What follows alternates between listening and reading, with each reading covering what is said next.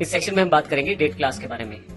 Date class exactly एक complex object के रूप में अवेलेबल है जावा में, जिस प्रकार से स्ट्रिंग हमारे पास उपलब्ध है।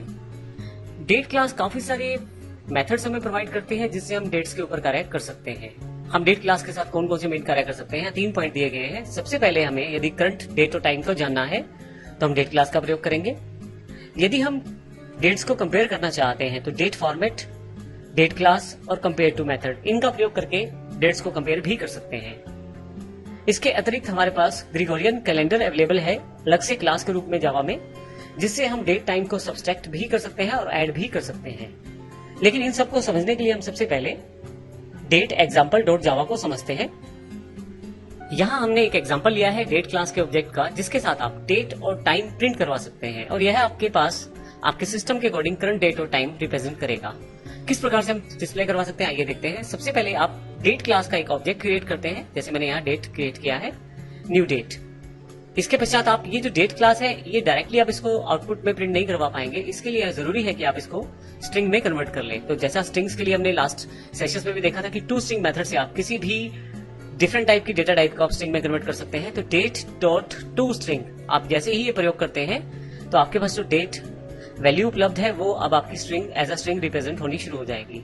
अब देखिए यहाँ पे आउटपुट भी यहाँ रिप्रेजेंट किया गया है। आपके पास उस समय जो करंट डेट और टाइम रहता है सिस्टम पे आपके, उसको इससे शो किया जाता है। आइए इसको practical example date example dot java से देखते हैं।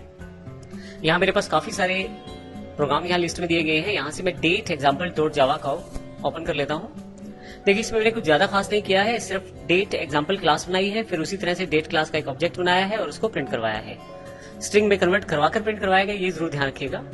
एक इंपॉर्टेंट चीज जो इसमें शामिल की गई है वो है import java.util.date पैकेज।